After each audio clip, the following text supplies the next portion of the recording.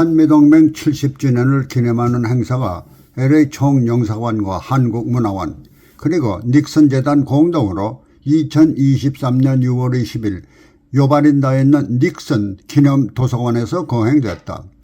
다채로운 프로로 진행된 이날 행사에서 지난 1953년 한국전 당시 미 제2 군수사령관으로 취임한 위트컴 장군이 당시 피난 수도인 부산에서 피난민들을 위해 펼친 그의 인도적 업적에 한국 정부가 70주년 한미동맹을 기념해서 평화의 사도 메달을 수여하며 위트컴 장군을 되새겨주는 기회가 됐다. 이날 기념식은 개막식에 이어 김영환 LA 총영사와 짐 바이런, 리차드 닉슨 사업회 회장의 한미동맹 70주년을 되새기는 개회사에 이어 영킴 연방하원 의원의 화상을 통한 축사에 이어 김영환 LA 총영사가 위트컴 장군의 딸인 위트컴 희망의 집 민태정 이사장에게 위트컴 장군을 기리는 평화의 사도 메달을 수여했다. 이 메달 수여식에 이어 진행된 문화 행사는 난타에 이어 한미 양국 청소년들이 한국의 전통 성년 예식 체험과 한국 전통 다도를 선보였다. 이들 한미 양국 청소년들은 이날 5명의 한국전 참전 영사들에게 한국식 큰절로 고마움을 표하고 한국의 전통 문화와 함께 한미동맹을 굳건히 지켜나가겠다는 다짐을 하기도 했다.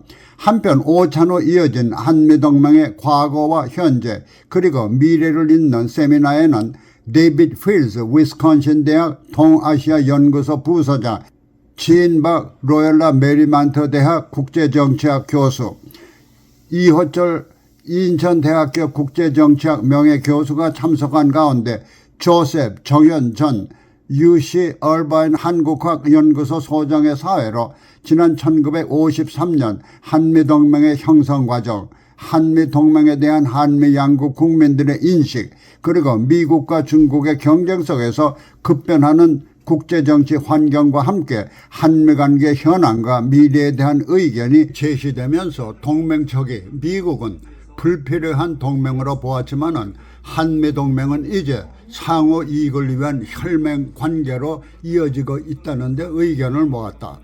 한편 이날 위트컴 장군에 대한 평화의 사도 메달 수여는 진정한 한미동맹 역사를 깊게 음미하지도 않으면서 무조건 반미를 외치며 비인도적 행태를 서슴지 않는 한국 내 진보를 앞세운 좌파들에게 교훈적 의미를 남기는 것이기도 했다.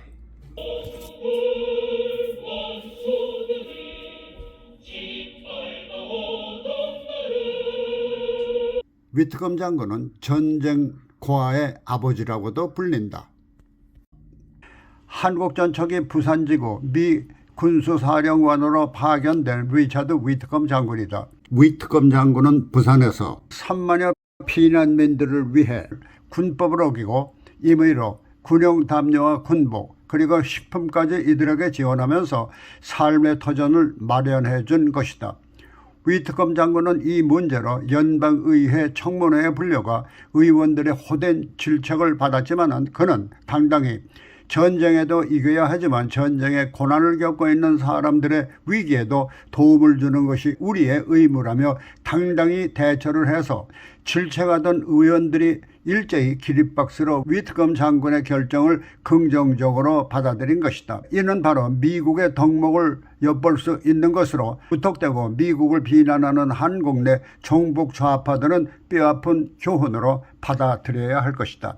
특히 당시 혜택을 입은 북한의 피난민들은 1945년 2차 대전이 끝난 뒤 북한에 진주한 소련의 러스케군이 민간인을 위한 인도적 도움보다는 수탈 행위까지 저질렀다는 상황을 직접 당하고 또 목격하면서 미국이 보는 미군 장성의 이와 같은 인도적 처신과 엄청난 차이점을 느꼈을 것도 지금 한국 내 종북 좌파들은 한 번쯤 돌이켜 봐야 할 것이다.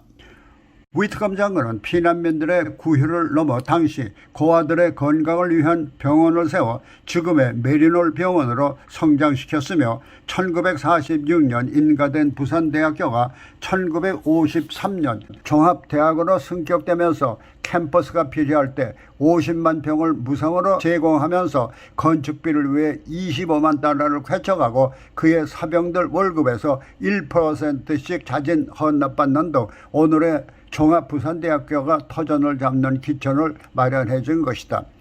이와 같은 미군 장성이나 사병들의 인도적 헌신은 바로 자유민주주의 국가의 장점을 보여주는 것으로 이 역시 한국 내 좌파들이 한 번쯤 돌이켜볼 일이다.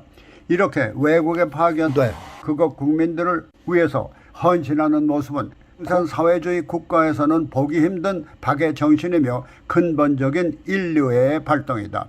만일 이와 같은 비화를 종북 좌파들이 접한다면 아마도 미국에 아부하는 친미주의자라고 힐난할 수도 있다. 그러나 그것이 현실이고 보면 반미주의자들도 한 번쯤은 음미해 볼 필요가 있는 것이다.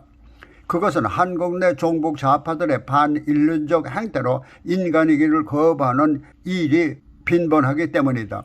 그것은 자기 편이나 제 사상과 같지 않으면 무조건 적으로 돌리는 것도 모자라 좌경화된 종교인들까지 비명 행사를 비는 주문을 외우고 있다는 데서 한국의 장래를 생각하며 섬뜩한 기분이 드는 것이다. 윤석열 대통령이 해외 순방길에 올랐을 때 북한을 추종하는 주사파 종교인 가운데 그들의 교리가 가르치는 대로 원수를 사랑하지는 못해도 인간에는 기본적으로 품고 있어야 할 것인데 대통령 전용기 추락으로 그들과 이념을 달리하는 대통령 이전에 한 인간을 죽여달라고 저주의 주문을 공공연히 읊은 데서 내노라 하는 종교인들도 사상적 늪에 빠지면 이렇게 비인간적 면모를 드러내는가 하는 데서 다시 오싹한 기분을 느끼는 것이다. 대통령 전용기를 추락시켜 한 인간인 대통령을 비명해 가도록 하는 것도 문제지만 조종사 등 죄 없는 수행원들까지 목숨을 잃는 대학살을 위해 종교적 자비의 기도 대신 떼죽음의 기도를 한다면 과연 그들의 종교관은 무엇일까 궁금하다. 이는 바로 일부 좌경화된 종교인들을 통해 종북 좌파들의 인간적이기를 거부하는 잔인한 기본 품성을 대표하는 것이다. 다시 위트컴 장군의 일화로 돌아와서 위트컴 장군의 한국을 위한 헌신은 어떤 반대급부를 위해 행한 것도 아니고 그의 신앙이나 하나의 기본적인 인간의 발로인 것이다. 그렇다고 해도 옛부터 동방예의지국이라는 한국에서 그를 추모하는 기념비쯤은 세우는 것이 친미주의적 아첨이 아니라 인간적인 도리인 것이다. 그러나 한국전쟁이 70년이 지나고 위트컴 장군의 서거도 40년이나 지난 시점에서 미 장성으로서는 유일하게 부산 유엔 기념공원에 안장되어 있지만 한국에 공헌한 그를 위한 동상 하나가 없다는 것은 한국인의 몰염질 수도 있다.